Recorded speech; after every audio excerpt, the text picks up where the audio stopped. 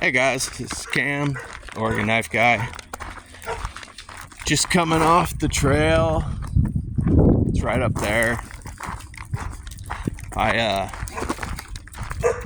tried to do this video up on the trail, but it's such a nice day that it's just absolutely full of people on bikes and people walking by, and my dogs kept freaking out. So I wanted to show not a new knife, but a knife that I modified. I had, I whittle these walking sticks, and I'm constantly looking for a good knife that allows me to, carve some fine details and, just whittle these shapes and stuff that I put on these sticks. Well, the one that I found that works the best, obviously, I've showed you guys 100 times, is the George Busenholm pen knife. So this knife is, I think it's just from being so old and the way the previous owner sharpened it. It's basically a full convex. It goes all the way from the spine down to a zero edge, zero bevel. And it's just super thin blade stock, and so it cuts like a dream.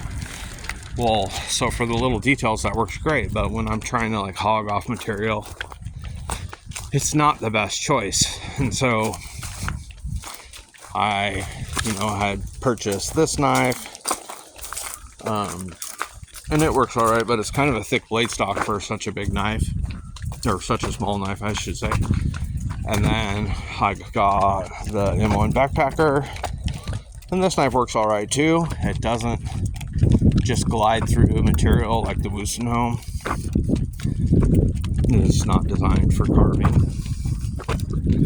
And I try all the different slip joints, and what I found is a lot of them just don't enjoy torque being put on the pivots, these pinned slip joints. So today I'm whittling, and so I have the 62 Easy Pocket Congress, I have this Winchester split back whittler, and I have my Busenholm. That's in my right pocket. In my left pocket I'm carrying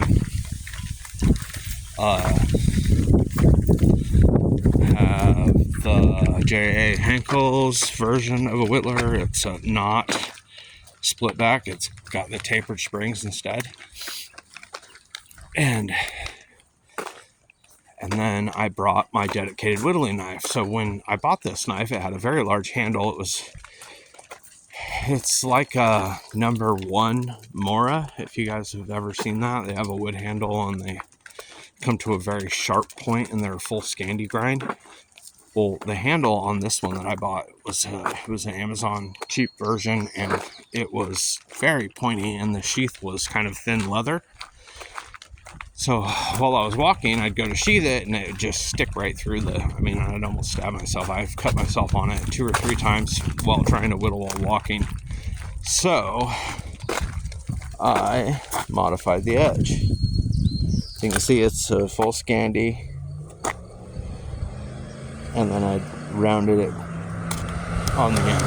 Not a sheep's foot because it has a lot of belly, but I rounded it in kind of like a sheep's foot or a lamb's foot. And then to address the other negative of it, it had a very large handle. I took it to my kin onion and went ahead and shortened it and gave it this really ergonomic grip. And I just wanted to show this off. This thing's a beast. This would also work amazingly for like a little bushcraft knife for all your little whittling needs, for all the small stuff. It wouldn't be able to baton it or anything, but it would feather stick like a dream. Well, that's all might as well finish off my EDC. So in my front pocket, carrying the Benchmade tagged out with the titanium scales.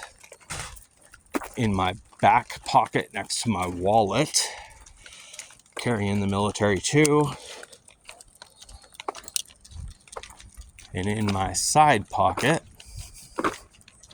I don't have the organizer on me today, so I don't have that other slip joint. But in my side pocket, I do have, I believe, Yo, Jimbo, too. This is one of my favorite Spyderco knives. I don't know if you guys have tried this model, but if you haven't, man, it's got the best detent of any Spyderco knife that I've tried.